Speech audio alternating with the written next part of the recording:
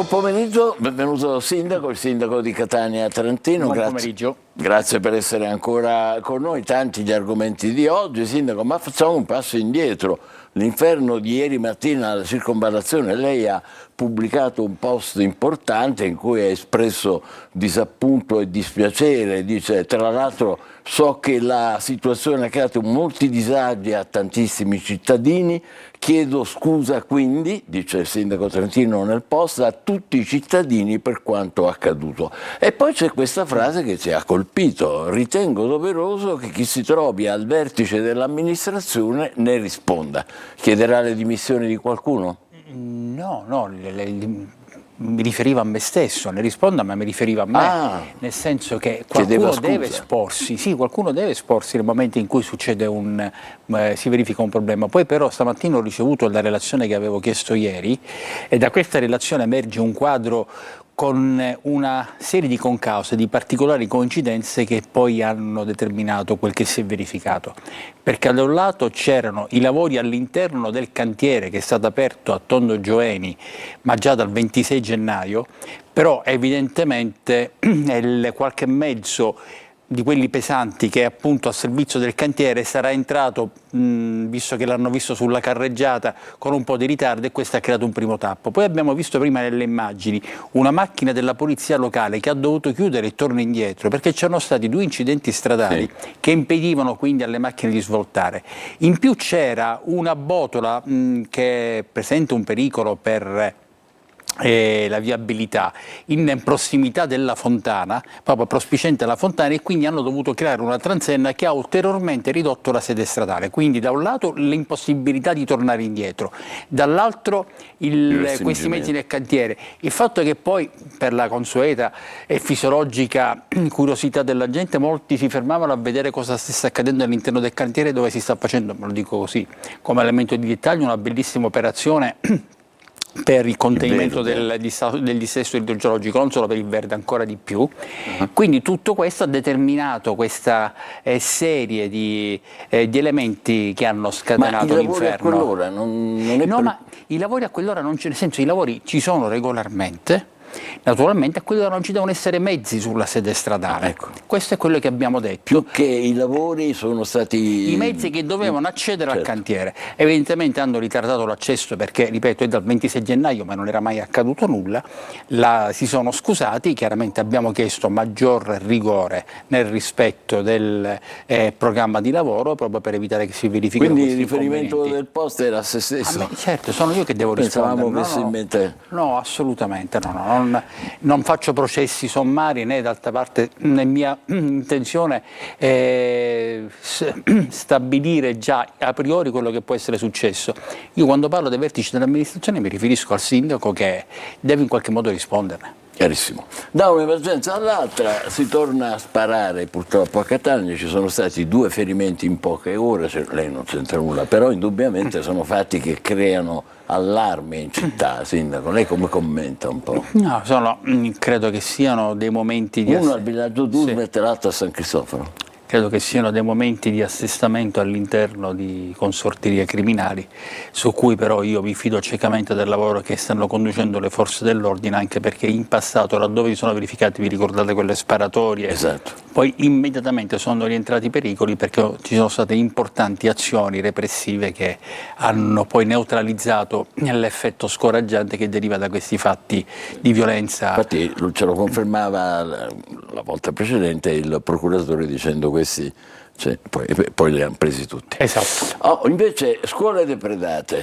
terzo furto di rame in 3 settimane all'Istituto Comprensivo San Giorgio, mamme esasperate, danni per oltre 100.000 euro, vediamo. In linea d'area il centro di Catania è ad un passo, anche se villaggio Dusmet si può etichettare come periferia, lontana periferia. La conferma arriva da queste immagini, con una percezione di abbandono che non lascia spazio a interpretazioni. Marciapiedi quasi off limits per svariati motivi, dai rami d'albero caduti e lasciati per terra da diverso tempo alle microdiscariche con materassi e spazzature in bella mostra, passando all'Eternit, abbandonato in questa aiuola e che nessuno sembra vedere, dal momento che si trova lì da oltre 2 settimane. Ed è pure fardo e il cartello fatiscente che vi mostriamo. Area di attesa numero 116, in caso di terremoto radunarsi in quest'area che è sicura. Di sicuro, lo vedete, c'è ben poco. L'immagine simbolo è la ringhiera arrugginita, la cui oscillazione è evidente, così come il pericolo. Da un pericolo all'altro, guardate questo tombino ricoperto solo dal fogliame in via Vescovo Maurizio Altavilla. Marciapiedi, ostaggio anche della sosta selvaggia, specie in orario scolastico, con decine di minicar parcheggiate ovunque. I posti non ci sono per le macchinette, sono messi tutti quanti qua, anche sulle panchine. Dentro il villaggio è pieno di macchinette che le persone non possono neanche uscire da casa. Ci sentiamo abbandonati da tutti e nessuno, o quantomeno vengono le persone qua, diciamo, parte politica viene solo qua per prendere voto e andarsene. Dulcis in fundo l'accumulo di pietra laviche e rifiuti in prossimità delle case. Sono lì dal 2023, quando furono realizzati ed inaugurati questi campetti. Vogliamo capire, dopo che abbiamo fatto commissioni consiliari, siamo andati sul posto, cosa vuole fare questa amministrazione? Noi l'abbiamo segnalato, siamo andati sui luoghi e non è cambiato nulla. Villaggio Dusmet chiama, la speranza è che qualcuno risponda. Questo in realtà era il villaggio Dusmet, non c'entrava nulla ogni tanto comprendo anche che bisogna fare l'eco dell'opposizione, come in questo caso, visto che poi è sempre lo stesso consigliere comunale, il quale fa bene a denunciare, poi magari vorrei che fosse dalla parte dell'amministrazione. Però le immagini erano sì, limpide. ma vorrei anche che si dicesse che a Villaggio Dusmet i nostri interventi di bonifica sono frequenti, numerosissimi, come sanno i residenti. Quindi se poi la gente del posto continua ad abbandonare quel che vuole, non solo la gente del posto, perché è una zona di transito, non è che noi possiamo stare lì ovviamente H24 a verificare quel che accade. Naturalmente dobbiamo intervenire, perché alcuni di questi problemi sono problemi sicuramente antichi, quello della ringhiera vecchia, quello del tombino. Su questa cosa nessuno aveva mai richiamato l'attenzione, magari visto che ci sono frequenti interventi della Commissione, che la Commissione poi faccia avere una serie di proposte al Sindaco, in modo che io immediatamente chiedo di intervenire. Perfetto, e allora spero che ci ascoltino e colgano l'appello del sindaco, la richiesta del sindaco. Ma allora ripartiamo con il servizio sul San Giorgio, dove c'è stato il terzo furto di rame in 3 settimane. Oltre 100.000 euro di danni, scuola al buio e alunni a casa. Non c'è pace per l'istituto comprensivo San Giorgio Plesso Borsellino, depredato per la terza volta in 3 settimane. Se non è record, poco ci manca.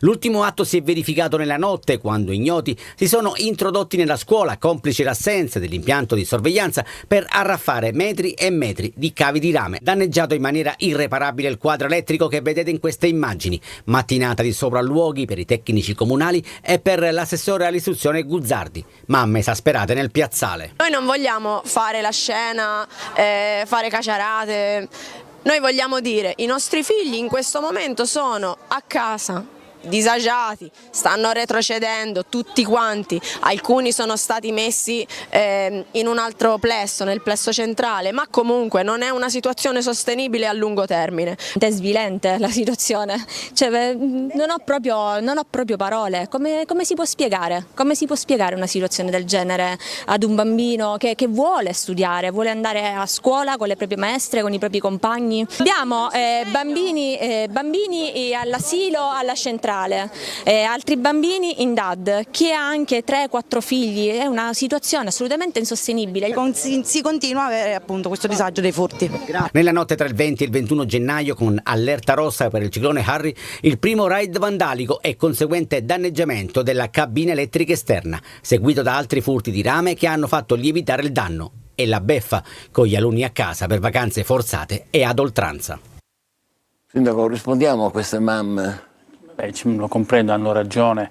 L'assessore Guzzardi ripetutamente si è recato al San Giorgio, all'istituto in questione, e fino a poco fa mi ha relazionato 3 furti di rame, circa 500 metri di cavi rubati in 3 occasioni diverse. Io non so se questi signori, chiamiamoli signori, hanno figli, perché vorrei anche che pensassero ai danni che provocano alla comunità dei più innocenti, che è quella dei nostri bambini, dei nostri ragazzi. Noi stiamo cercando di intervenire, naturalmente. Non è che è una cosa che possiamo fare da oggi a domani, ma lo faremo da oggi a dopodomani, nel senso che comunque comprendiamo l'urgenza per i profili che sono stati anche raccontati dalle mamme. C'è un problema di rimanere nel rispetto del programma didattico, oltre al fatto che i ragazzi e i bambini in particolare non devono percepire questa condizione di disagio che deriva da fenomeni di criminalità, perché la scuola deve essere un posto in cui studiare, in cui anche divertirsi, è assolutamente sicuro. Quindi io mi fido dell'assessore Guzzardi e so quindi che sono certo, per quello che mi ha detto, che si interverrà immediatamente. Ho chiesto solo di potenziare anche il servizio di controllo, infatti sia pattuglie della polizia locale si atteneranno lì, sia telecamere provvederanno a illuminare meglio la quindi zona. polizia locale e telecamere, sì. Quindi speriamo di non dover mai più annunciare furti di rame alla San Giorgio. Adesso cambiamo completamente argomento, domani è l'ottava di Sant'Agata, Catania riabbraccia la sua patrona. Vuol fare un bilancio intanto della festa, poi parliamo di domani un momento.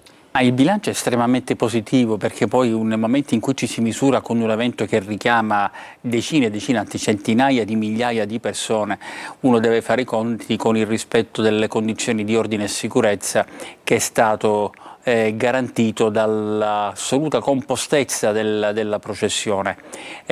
Tutte le persone, soprattutto quelle che venivano per la prima volta a Catania per vedere la festa, si sono congratulate, si sono entusiasmate, si sono commosse per tanta partecipazione devota e coinvolgente, oltre che coinvolta. In più adesso abbiamo anche questo fuoriprogramma voluto dalla Curia, questa ostensione del busto di Sant'Agata per i bambini e per i ragazzi delle scuole catanesi. Io ogni giorno faccio un passaggio, è sempre pieno di ragazzi che vedono da vicino come non hanno mai visto la Santa, e questo sta creando ancora più legame. Naturalmente poi ci sono i fenomeni come quello che stiamo vedendo adesso, che non hanno funzionato, che ha meglio che effetto di ciò che non ha funzionato, perché non si possono più sparare i fuochi a borgo con la luce del giorno, sono soldi sprecati, per cui non li faremo più a queste condizioni. Ecco, la decisione è presa. A queste condizioni non li faremo più. Se riusciremo poi a contrattualizzare con la ditta che si aggiudicherà la gara la possibilità che i fuochi si sparino solo se entro una certa ora, altrimenti noi paghiamo il lavoro ma non paghiamo il materiale, questo potrebbe essere anche una soluzione. Un deterrente, diciamo. Sì, però come ho sostenuto spesso, primo non pensiamo, non guardiamo indietro nel passato. Anche a me piaceva quando i fuochi al borgo erano alle 23, ero bambino, però è in continua evoluzione, c'è sempre più gente. Quest'anno il rallentamento è stato determinato anche, come ho spiegato più volte, dalla massiccia presenza di bambini sul cordone, che hanno creato una densità di devoti che rendeva anche difficile il cammino. Dobbiamo capire se possa costituire anche un problema di sicurezza questo qua dei bambini, e se non sia il caso invece vietare che loro siano attorno al cordone, proprio perché comunque è una condizione di ressa che non assicura l'incolumità per i più fragili, più fragili dal punto di vista fisico, come appunto i bambini piccoli. A parte questo ancora dobbiamo riunirci per comprendere se ci sono altri correttivi che noi possiamo eventualmente apportare per provare ad accelerare la festa, ma ripeto, non pensiamo che ci sia malafede, non pensiamo che ci siano chissà quali dinamiche impazzite, e non pensiamo che la festa sia quella maldestramente raccontata da qualche suo collega che evidentemente doveva farsi perdonare le origini catanesi. Sì, so a chi si riferisce, il Merlo di Repubblica. Va bene, domani invece, Sindaco, in Piazza Duomo la processione è tutto già pronto? Sì, domani è tutto quanto pronto, comunque sarà una cosa molto soft, come si addice sempre all'ottava, quindi sarà un momento solamente di raccoglimento con il saluto definitivo alla nostra Santa fino alla prossima estate. Grazie. Allora, adesso facciamo una breve pausa, poi toccherà a voi, abbiamo una decina di minuti, quindi potrete fare parecchie domande. 342 74 55 005 come vedete il WhatsApp, se no le mail, fate ancora in tempo, c'è tempo, Sicilia24focus, @telecolor.it. Vediamo se lo possiamo fare apparire, così si capisce, se no niente, pazienza. Vabbè, l'ho detta io. Pausa e ci rivediamo fra pochissimo. Pronti con le vostre domande? Il sindaco risponderà in diretta.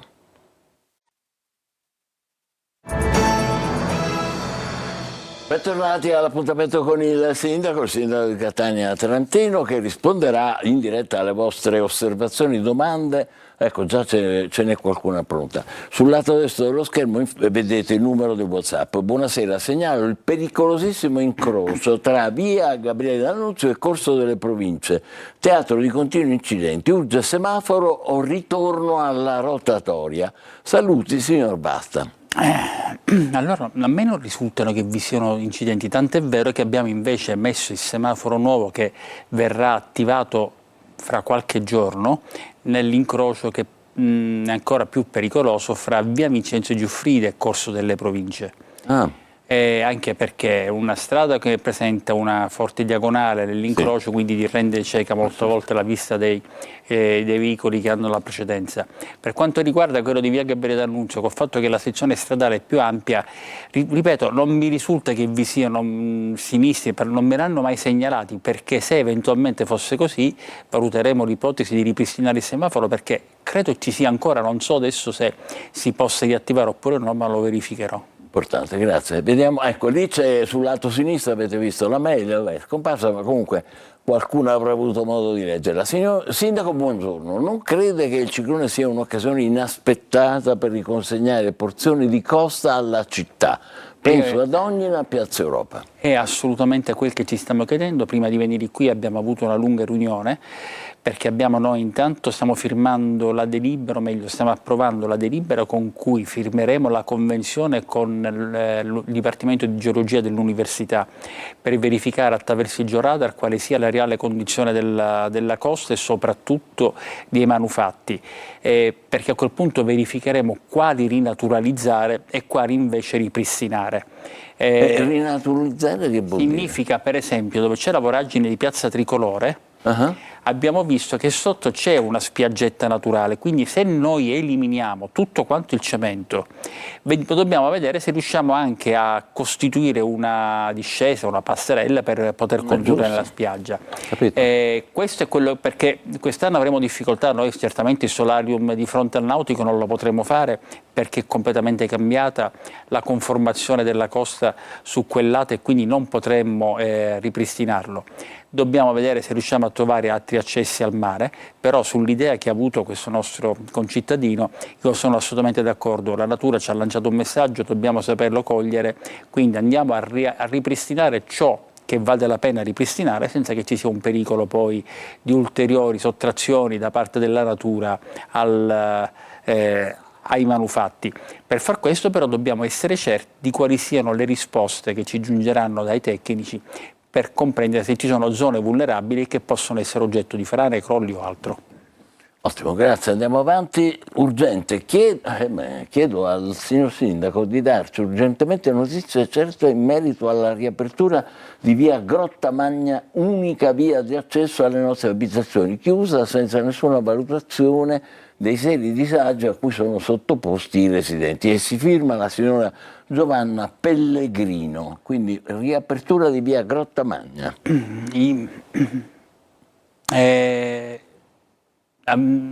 Io ancora oggi non ho chiesto, so che ci stanno compiendo delle verifiche eccetera, però non ho chiesto aggiornamenti sulle ragioni per cui sia stata chiusa via Grottamagna, quindi non ho compreso se c'è un problema di sicurezza o meno.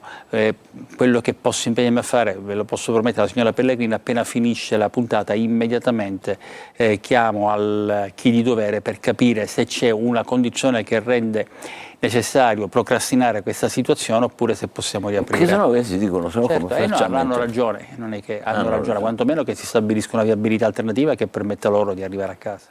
Grazie Sindaco. Andiamo avanti. Buongiorno. In via Filippo Eredia, dove c'è il dormitorio per i senza fissa di dimora, c'è un albero che sta entrando nelle case. Ne prendo nota. Filippo Eredia, dove c'è il dormitorio per i senza fissa dimora. Ne prendo nota. Il sindaco sta prendendo nota e quindi naturalmente poi provvederà. Grazie per questo messaggio. Se vogliamo ce n'è ancora pronto un altro, quella intanto è la mail, per qualcuno, se qualcuno volesse scrivere sulla mail, se no sul lato destro vedete i WhatsApp. Allora il sindaco sta prendendo nota di quel messaggio precedente e nel frattempo arriva Giuseppe da Catania che chiede: non capisco perché la città il sabato e domenica non viene pulita. Ai tempi, quando la nettezza urbana era comunale, c'erano i turni. Lo so perfettamente, ai tempi il servizio era molto più capillare, era completamente diverso. Ricordiamo tutti nei condomini quelle, chiamiamole trombe, quei cilindri in cui buttavamo i rifiuti, e poi sappiamo tutti quanti che cosa hanno costituito in termini di igiene urbana. Dico sempre che noi abbiamo trovato un contratto al quale purtroppo dobbiamo attenerci.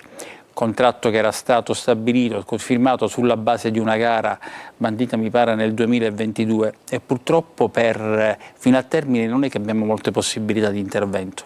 Sullo spazzamento ho chiesto di fare di più, ma non credo che si possa agire il sabato e la domenica, diventa difficile.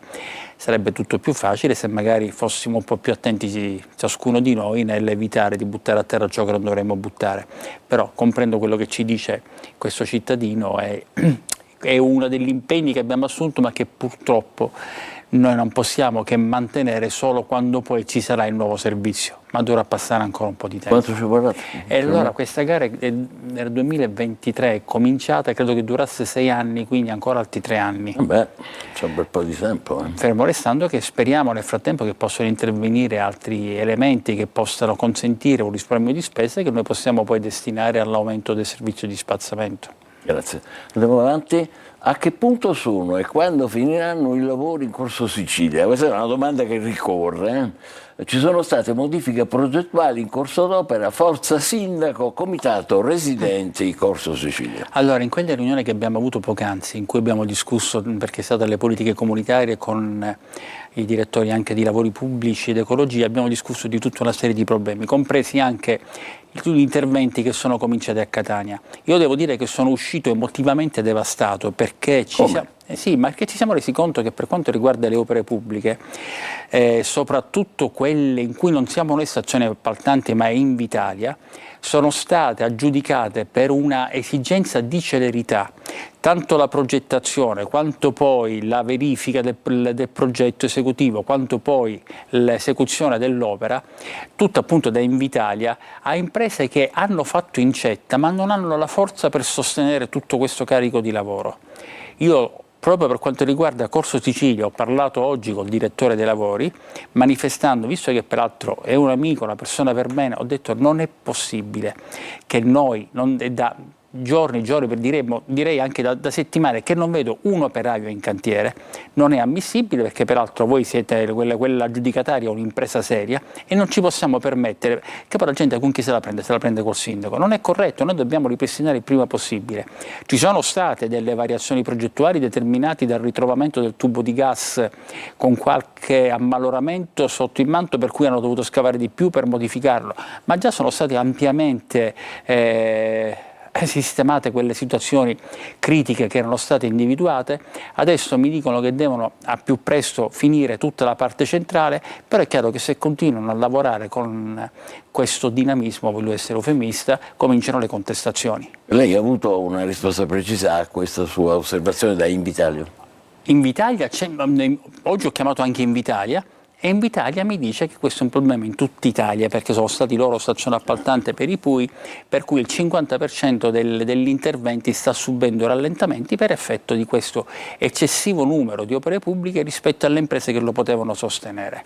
Però, ecco, io ho detto prima, sono uscito devastato emotivamente, ho avuto un momento di scoramento, ma siccome poi sono un ottimista, mi sono ripreso anche perché dobbiamo noi inevitabilmente esercitare le leve che l'ordinamento ci consente.